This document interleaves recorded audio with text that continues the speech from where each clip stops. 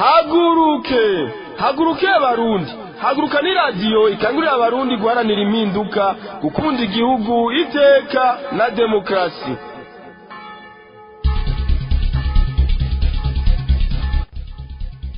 Bakunzi mwese wa radio haguruka mwitaje isango ry'amakuru twabateguriye kuri no munsi wa kabiri igenekerezo rya 4 gitugutu umwaka wa 2022 ndabaramukije nongera ndabaye ikaze ari ne munezero nijengira ndabashikirize ano makuru ubutuma mvuga mu kanyumva nawe ni Giselle Manirakiza ndayahere ku ngingo nkuru ziyagize. Umugabo umwe w'impunzi y'umurundi mwikambi yanduta mu gihugu kibanyi ca Tanzania muri ijoro rya keya hasi kugandagurwa n'abantu bamukuye ahaba nk'igihe c'isaha 5 z'ijoro yatawe mu gitondo c'uyu munsi kure y'ikambi yanduta atekeye mu mufuko. Impunzi zahinduta zisaba ko umutekano wazo wokingirwa muraza kuvyumva. Abategetsi b'u Burundi nabo ngo baramaramazwa no kwemanga kw'imipaka ihuza Burundi n'u Rwanda yuguruye. Ivyo bigatumwa nuko akatari gake abategetsi b'u Burundi bamye basemerera ko iyo mipaka itazopfa yuguruwe ngo mu gihe cyose leta y'u Rwanda izoba itaraha leta ya CNDD-FDD abagirizwa gushaka gutembagaza ubutegetsi mu mwaka wa 2015 ngo bahungiye muri ico gihugu. Ubu iyo mipaka ikaba ikora ukuri kwamye navyo nyene turabashikiriza.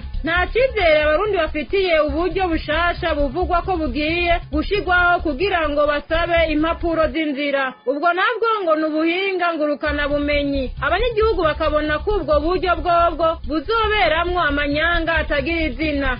Ngo hakugura ipikipiki ifasha umunyabigega wa komine Nyanzarake mu gutoza amafaranga ya komine nk'uko vyumvikanywe ko n'inama mpanuzwa jambo y'iyo komine. Musanteri wa Nyanzarake yaciye akodesha ipikipiki yiwe iba ariyo ikoreshwa muri ico gikorwa bica bituma komine ihomba imiliyoni 7 z'amafaranga y'amarundi. Aya hamwe n'ayandi twabateguriye ni mukanya mwidonido. Iyi muriko murumviriza ni radio haguruka. Radio haguruka, haguruka abarundi turwanira igihugu cyacu. Aho rero niho twavuga tuti n'imbere yuko twiyumvira ibyo abarundi twokora abo n'umunsi batwara nibo bakeza kuca bafatiya mbere kugira ngo barondera ingene bashira mu ngiro runo rubanza. Umuti gushira mu rubanza mu ngiro no kuvuga iki bokora iki ni ibintu byumvikana. Uru rubanza rwavutse kubera ugonyanga amasezerano yarusha mu gonyanga ibwirizwa shingiro rya 2005 mu kwemera yuko Nkurunziza atwara ikiringo ca gatatu kandi amategeko atabimwemerera. Hari ingaruka mbi zavuye kuri ivyo bintu. Hari abantu bishwe, hari abantu bapfungiwe ubusa, hari abantu banyazwe ivyabo, hari abarundi bahunze igihugu. Uno munsi batwara Uburundi rero nimba batagomba yuko kumbura abarundi bazofata ingingo zituma uru rubanza rwubahirizwa, ingingo no munsi kumbura atangwa nziza arizo ariko birashoboka uko nibaza ko ingwano yo kurwanya abarundi bose naho baba bakomeye gute iyo ngwano bashobora kwibaza ko bashobora kuyitsinda mugani baza kwigoye. Naho rero mvuga nti bategerezwa gukora ibishoboka byose kugira ngo abarundi bose barenganijwe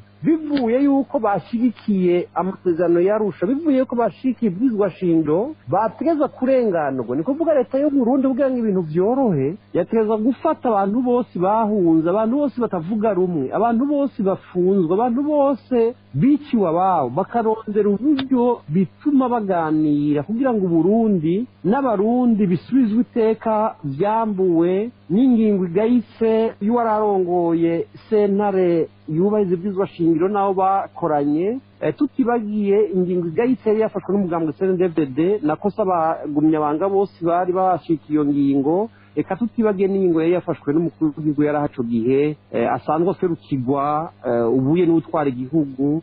Kuko twavuze ko igihugu ntigipfaka, igihugu kirabandanye n'aho abantu baba batakihari. Uno munsi amakosa yakozwe na Nkurunziza, amakosa yakozwe n'abari muri guverinoma ya Nkurunziza arashobora kubazwa bari muri guverinoma ya Ndayishimiye nabo bakorana kanatsinda ntibari banatandukanye, bari hafi na hafi. Bisigura yuko uno munsi rero ino guverinoma ya Ndayishimiye itegerezwa kwicara igafata ingingo zibereye zituma abarundi bose barenganijwe bashobora kurenganurwa.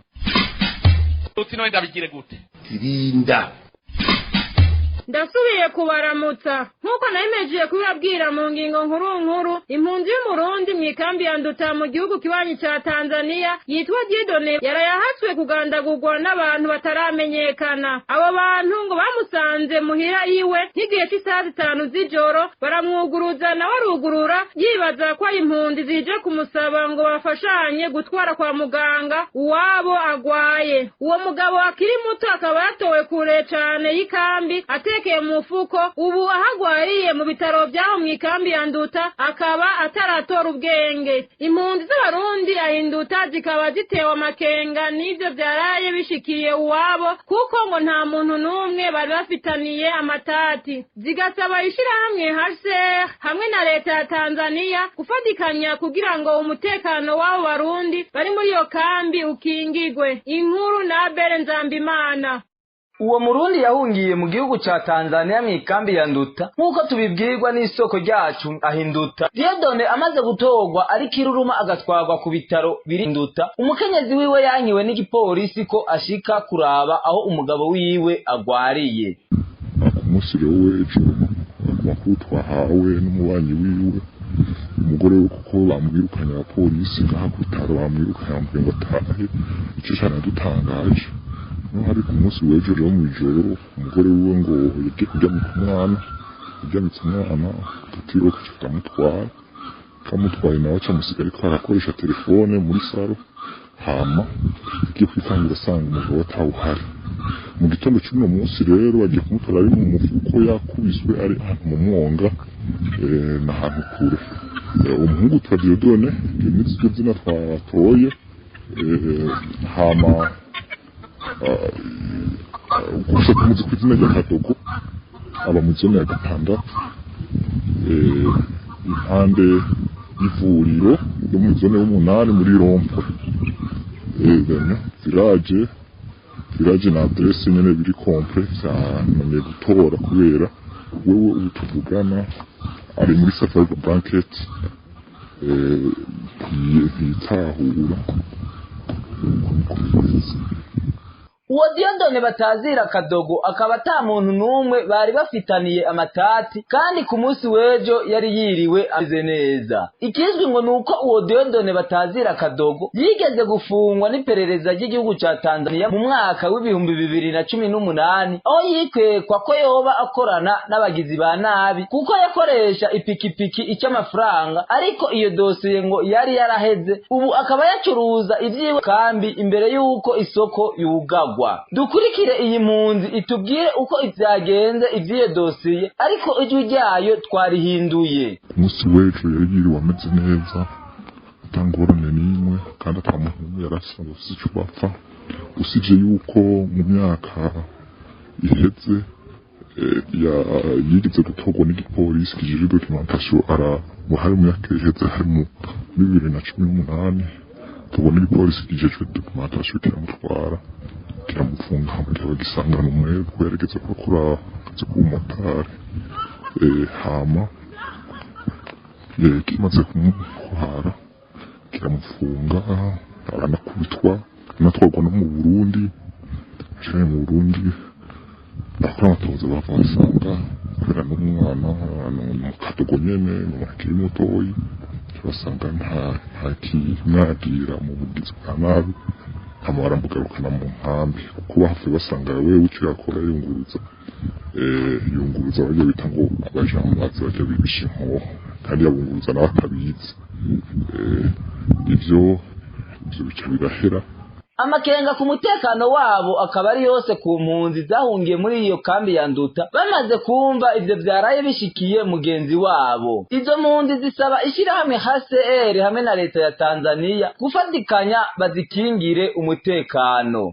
Abere Nzambimana ndagushimiye kuri iyo nkuru yagiye kudushikiriza. Imipaka y'igihugu c'u Burundi gihana n'igihugu c'u Rwanda iruguruye, ariko leta y'u Burundi ikabitigeze yemanga ku mugaragaro k'izo mbibe zuguruye. Amwe mu makuru duhabwa n'abegereye abategetsi harimwo na Evariste Ndayishimiye ngo nuko abo bategetsi bagize isoni ry'amajambo bagiye baravuga ko batazoka buguruye imbibe ico gihugu gihana n'u Rwanda, ngo ico gihugu kidatanze abashatse bashatse gutembagaza ubutegetsi mu mwaka w'ibihumbi 2015 bakabona ko mu gihe bo bivuga ku mugaragaro ngo boba bimaramaje ariko naho biri uko abategetsi batandukanye bakaba bavyemanga mu manama atandukanye k'iyo mipaka yuguruye nayo abanyagihugu bakababazwa no kubona iyo leta ihitamwo kugumizaho igipfungu aho kuvyemanga ku mugaragaro kugira ngo uruja n'uruza rubandanye neza. Inkuru na Janete Kamikazi. Kuva kuri uyu wa gatanu w'indwi twaraye turangije imipaka y'u Burundi buhana n'igihugu kibanye c'u Rwanda iruguruye. Umurundi ashaka kuja mu Rwanda arashobora kurengana atangorane n'imwe, eka n'umunyarwanda ashaka kuja mu Burundi nawe nyene arashobora kugenda atakindi kibazo kiretse kuba afise urupapuro rw'inzira gusa. Haba kuri uwo munsi wa gatanu igihe huguruguye iyo mipaka canke n'inyuma yaho nta kajambo na kamwe haba ku ruhande rw'u Burundi canke ku ruhande rw'u Rwanda kigeze kavugwa ku mugaragaro kerekeye iyugururwa ry'iyo mipaka. Ahubwo umuvugizi w'umukuru w'igihugu Alain Diomede Nzeyimana wewe yamenyesheje ko igihe cose u Rwanda ruzoba rutaratanga abagirizwa gushaka gutembagaza ubutegetsi mu mwaka w'ibihumbi 2015 batamigenderanire nyayo izopfa ishobotse nk'uko muvyiyumvira. Kugira ngo yuguruke neza ijana kwijana hari ikintu leta y'u Burundi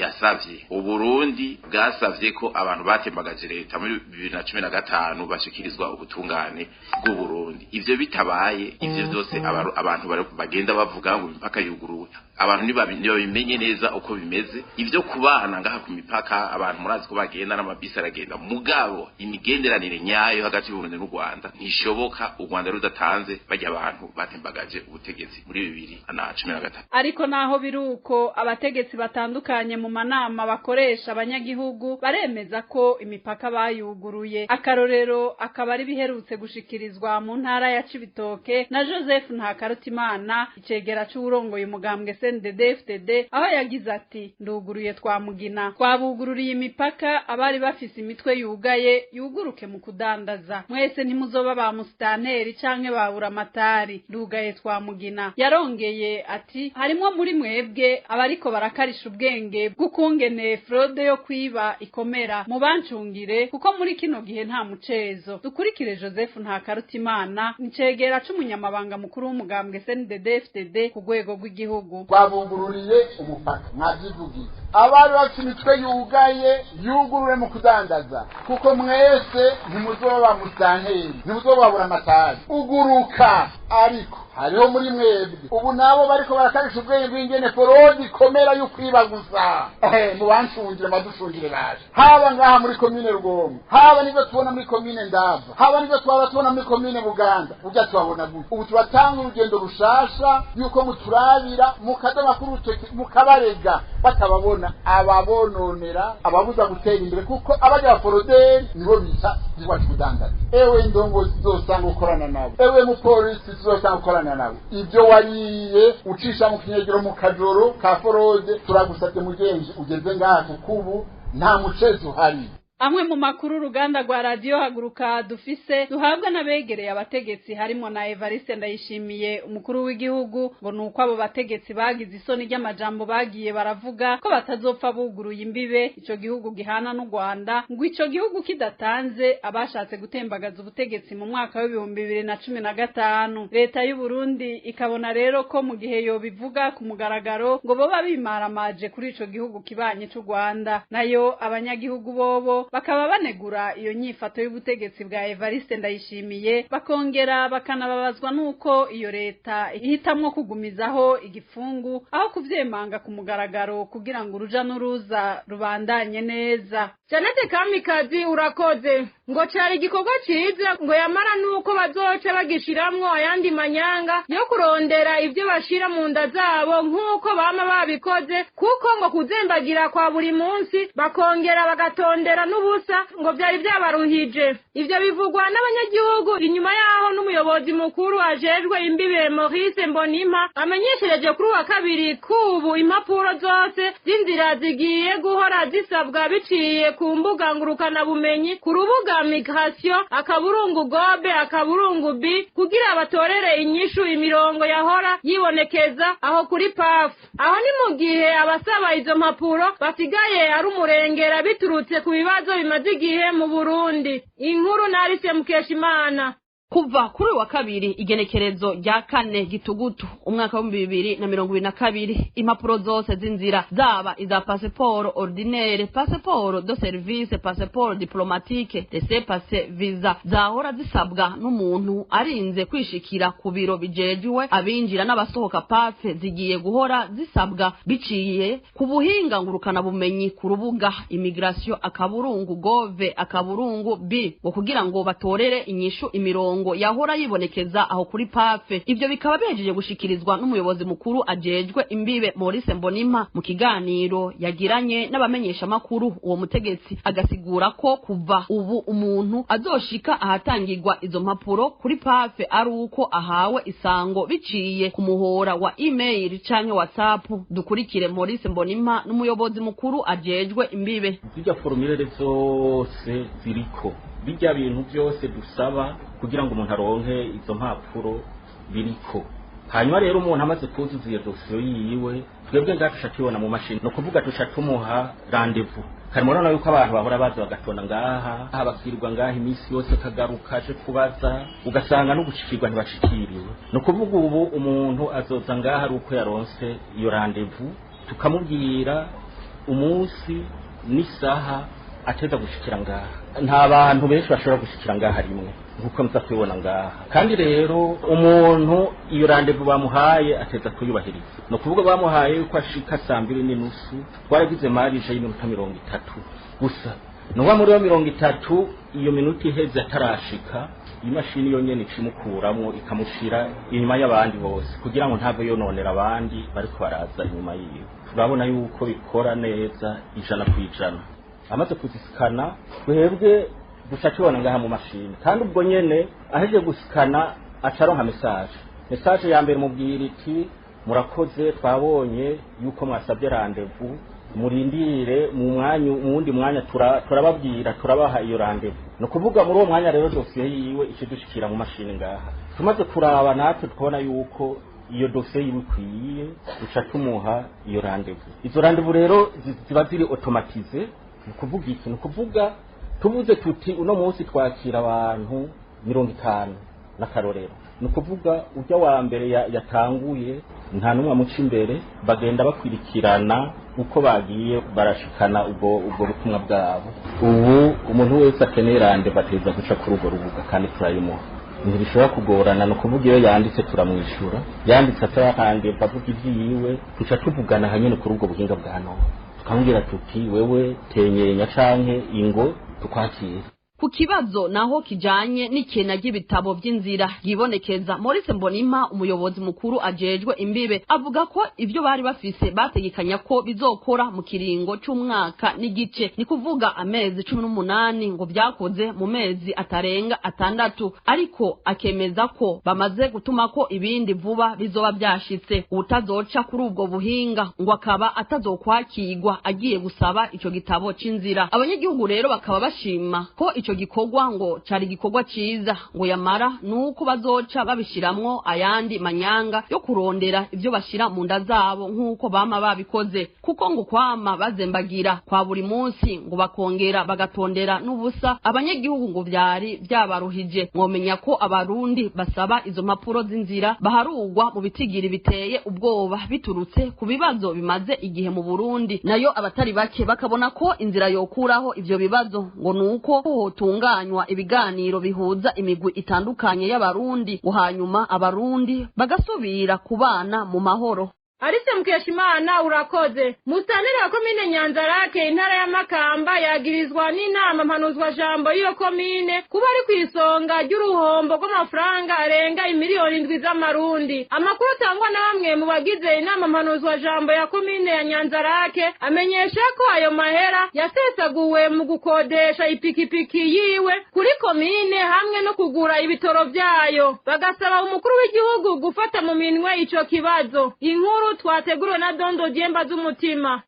Bamwe mu bagize inama mpanuzwa jambo ya komine Nyanzarake intara ya Makamba bagireza Marie Gorette Irankunda arongoye iyo komine ya Nyanzarake kuba yaciye kubiri n'ingingo zari zafashwe n'iyo nama ya komine. Aba bagize inama ya komine Nyanzarake bavuga ko igihe bakorana mu nama yabo yo mu kwezi kwa Nyakanga umwaka wa 2020 bari bapfunditse ko komine isohora amafaranga yo kugura ipikipiki igenewe kunguruza umunyabigega ikamufasha mu bijanye no kwegeranya amatagisi ya komine. Ariko rero nk'uko bamwe mu bagize inama mpanuzwa jambo y'iyo komine babandanya babishikiriza, musanteri wa Nyanzarake Marie Gorette Irankunda ngo aho gukora ivyo yasabwe yahisemwo guca kotesha kuri komine ipikipiki yiwe bwite kugira ngo abe ariyo yunguruza uwo munyabigega. Uwo mutegetsi wa komine akaba yaza arandika ko komine yasohoye amafaranga 10,000 ku munsi yo gukota iyo pikipiki. Amafaranga yaheza akaja mu mufuko wa musanteri wa Nyanzarake Marie Gorette Irankunda. Iruhande y'ayo mafaranga 10,000 musanteri atwara ku munsi hiyongera ko ayo kugura ibitoro hamwe n'ivyuma vy'iyo pikipiki vyo gusubiriza ibishaje. Aho hoho mbere nk'uko bivugwa na bamwe mu bakozi ba komine ya Nyanzarake, amafaranga akoreshwa muri ubwo buryo ngo akaba atazwi igitigiri kuko uwo musanteri asohora ayo yishaki. Bikaba bivugwa ko komine imaze kuhagirira uruhombo rw'amafaranga arenga 7,000,000 z'amarundi biturutse kwikoreshwa nabi ry'ubutunzi bwa komine biciye muri uko gukotesha kuri komine ipikipiki ya musanteri bwite. Abo bagize inama mpanuzwa jambo co kimwe n'abanyagihugu bo muri komine ya Nyanzarake muri rusangi basaba umukuru w'igihugu ko yofata ico kibazo mu minwe kugira ngo ubutunzi bwa komine ntibubandanye busesagurwa atacamira. Mu ruganda rwa Radio Haguruka twagerageje kurondera Marie Gorette Irankunda aramutswa komine ya Nyanzarake kugira twumve ico avuga kuri ivyo yagirizwa, ariko tukaba tutashoboye kumuronka. Dondo Jemba z'umutima urakenuye. Mu buhinga bw'ivyuma batumirira amate duce tubandanya n'amakuru twabateguriye. Kawe Radio Haguruka bamenyeshe bongere bamenyere kijambo haguruka rihamagarira umurundi wese cyari cyose ahamba hose kwikangura atari kwikanga, agahaguruka rugaba atari kugambana, akabaza atakubabaza abamukuriye mu butegetsi bw'igihugu cy'uko bimeze mu bisata bitandukanye byose bigize igihugu cyacu, ukabishakisha atagushamirana, ukabishyira ku mugaragaro atakurundira amaronko. Ubona ko gutinya igitsure canke kugenderamo kwako umuntu n'umwe wabigize indahiro idahinduka mu kazi kawe ka misi yose.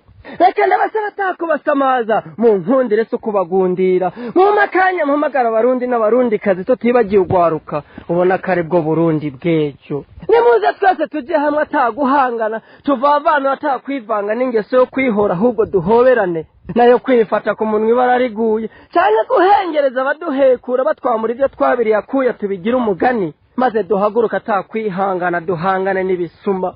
Nimuze kandi twibariza atari kubaririkiriza abategetsi bacu, kanatsinda umukuru kizira kumutuka nayo kumubaza no kumusobanuza akakubakiye, ivyo biremewe nta kosa. Akamere no kwanyibi bitari bike kandi bitagira izina badukoreye navyo nta kosa kandi nta nitegeko kuba warenze. Radio Haguruka, ewe Radio Haguruka, komera kumuheto yabuza bihenda mu kuduhekura, maze ubandanye ushira habona atagushishitira badushibagura, utube hapo turinde guhangayika mu guhangana n'ibiduhanze, nayo ivyahora n'amabanga tubibangira ingata. Ibidashobora kuvugwa n'umuntu n'umwe tukwifashishe mu kubishyira ku mugaragaro atagushidikanya, maze turinde amaganya. Ewe Radio Haguruka, uracari uwa mbere. imvura imaze iminsi igwa kuva ku munsi w'Imana uheze mu ntara ya Cibitoke yarononye ibitari bike muri komine Mabayi harimwo ibiraro bigera kuri 3 byasenyutse. Abanyagihugu bagatangazwa nuko komine yabo ngo yinjiza amafaranga menshi biciye mu matagisi atangishwa ariko ngo ikaba idashoboye kubaka n'ikiraro gisaba uburyo buke bw'amafaranga. Musanire w'iyo komine akaba asaba abagira neza bishoboye gufasha mu kugarukira abanyagihugu arongoye cyane cyane basubire kuronka amazi imigende yaho yasenywe n'iyo mvura indwara zitarabatera. Aho ni mu gihe abanyagihugu bobo bagaragaza icizere gike bafitiye leta ya CNDD-FDD ngo kuko byayinaniye gushiraho ikigega ntega bizoza c'ibitoro ngo ntiyoshobora gutegekaniriza ibiza, bakabona ko iyo leta ataco izobafasha muri izo ngorane kandi gikwiye gusenyugwa kuko atacishoboye. Inkuru na Ninete Nancy Mutoni.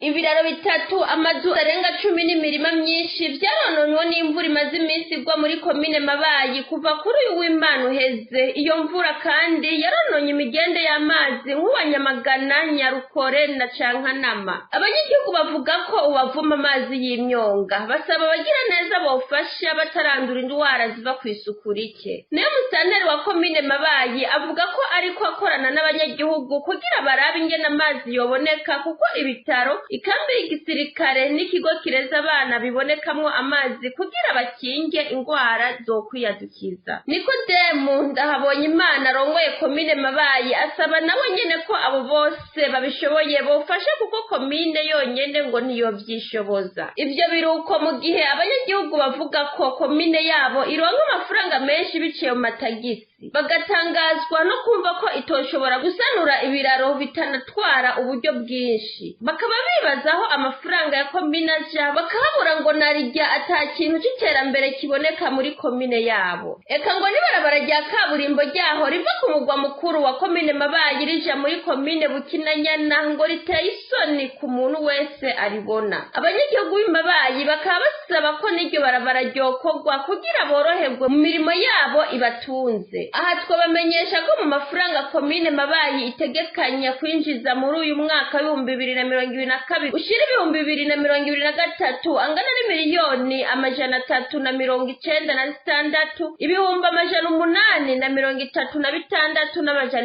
836,941. Muri ayo ayagenewe ukubaho kw'iyo komine akaba angana imiliyoni 298 ibihumbi 648,841 nayo imiliyoni 98 n'ibihumbi 196 akaba ariyo azokoreshwa mu bikorwa by'inyungu rusangi za komine Mabayi. Muri ayo magorwa abanyamabayi barimwo bakabona ko batagiye gufashwa na leta ya CNDD-FDD ngo kuko n'ikintu gihambaye kiraba inyungu y'abarundi bose arico gitoro ngo vyarayinaniye kugitegekanya kugira ngo nticigere kibura. Ngo rero si abanyamabayi babuze amazi cankwe amazu yabo yagurutse bizoca yihutira gufasha. Kubwabo ngo gikenewe no gusezerera intwaro ya CNDD-FDD kuko ngo ntacishoboye gikiza abarundi. Ibarabara rikuru ry'igihugu nimero 16 rihuza intara ya Rumonge, Bururi, Gitega rigeza aho umwaka ashaka cyane mu gice cyo ku mutumba Murambi wa komine Rumonge, aho iryo barabara risa n'iryamaze gucika ubona ko atani imodokari nini zikiharengana. Abanyagihugu bakoresha iryo barabara bakaba bidogera cyane abategetsi b'ikigo ARB kijejwe ivy'amabarabara kuko haciye igihe kinini bazi ico kibazo ariko bakaguma babesha ko bagiye kurisanura. Bakavuga ko intwaro ya CNDD-FDD yari ikwiye gutahura kiruhije abanyagihugu mu mpande zose kandi ko abanyagihugu batazoyiha agahengwe gushika bayisenyuye kuko atakintu na kimwe c'iterambere iriko irabafasha. Inkuru dukesha King Blaze Iranzi. Iryo barabara nimero 16 rihuza Rumonge, Bururi na Gitega rimaze igihe kitari gito riguma risidagurika, aho risinzikaye cyane akaba ari mu gice giherereye ku mutumba wa Murambi ni muri komine Rumonge. Nk'uko twavyiboneye tukiyashika biteye ikigongwe n'ubwoba kuko modoka zihaca kuba nk'ukwiheba, hakaba hamaze kwimburuka hafi nk'imetero 4 zose. gushika ubu rero akaba atari imodoka nini zikihaca kuko byumvikana ko ataho zoca. Imyaka ibiri yose ikaba irangiye abanyagihugu bahabwa imihango n'abategetsi batandukanye ba CNDD-FDD ko iryo barabara rigiye gukorwa, ariko bikaba ivy'ubusa kuko vyama birangirira mu majambo gusa. Aha twobibutsa ko mu ntango z'umwaka w'2022 mu kwezi kwa mbere abakozi b'ikigo ARB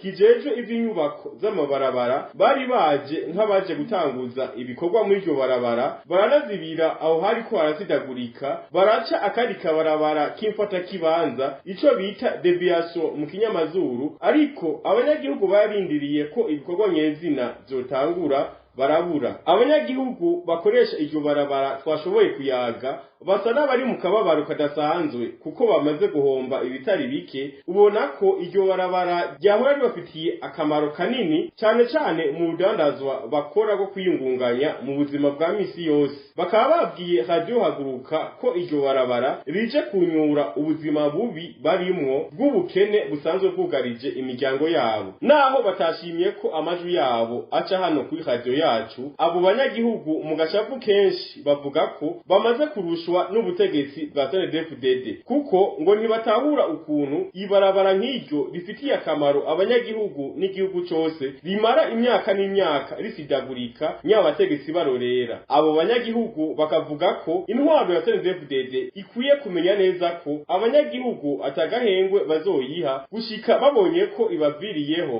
kuko ngo aho bigeze bimaze kugaragara ko ataho izofishikanye igihugu cabo.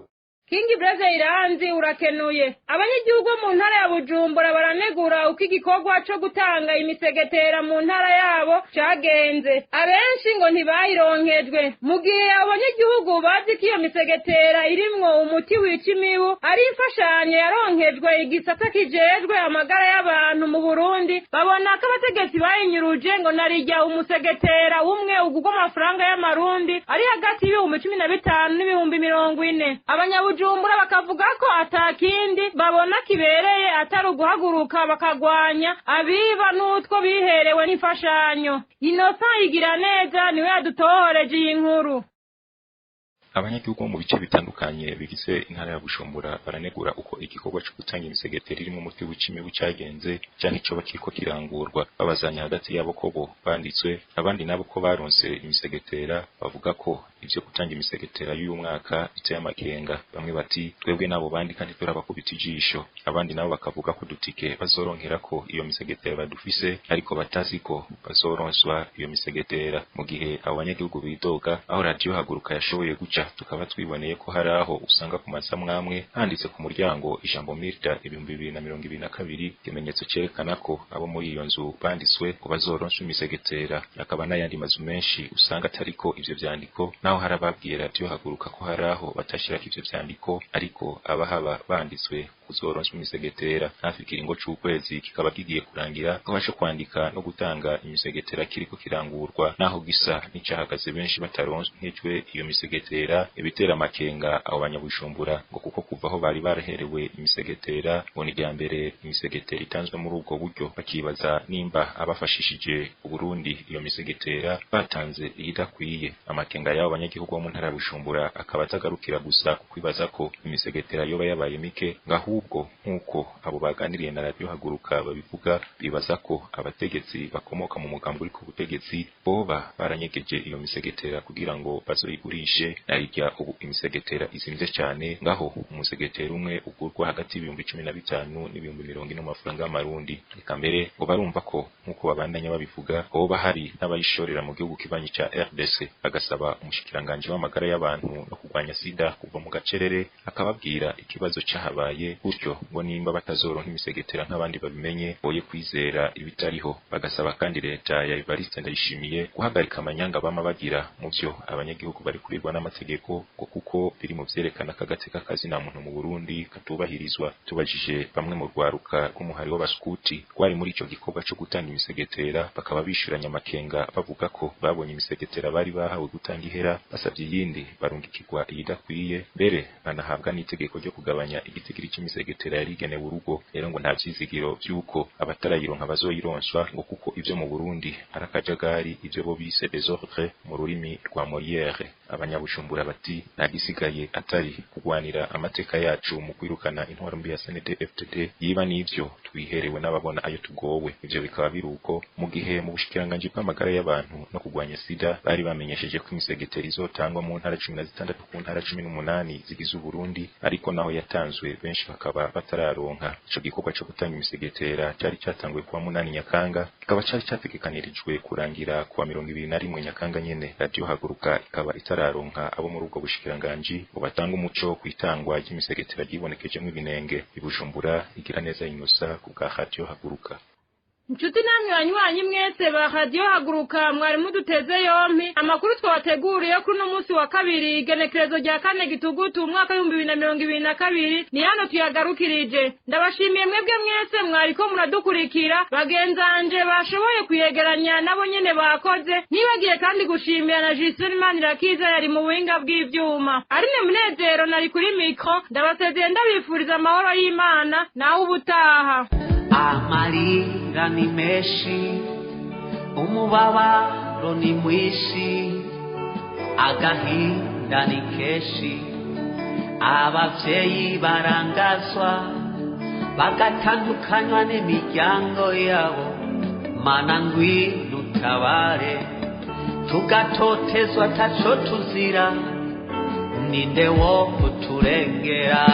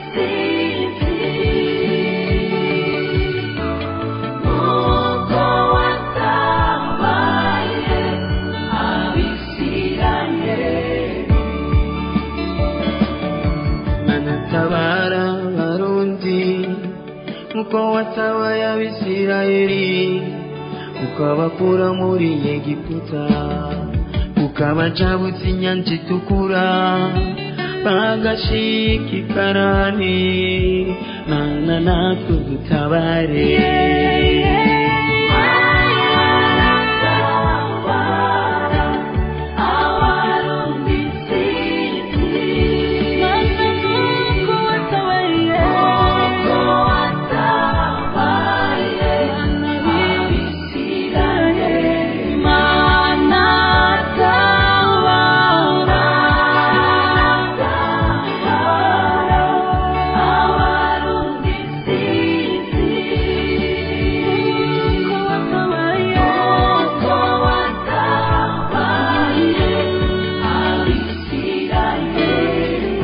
ngwino utabara abarundi, mana ngwino utabara abarundi kazi. Oh haleluya, mana ngwino utabara abari mu mabohero, mana ngwino utabara imfuvyi n'abapfakazi n'abatagira shinge na rugero nk'uko wayoboye abisirayeli. Haleluya.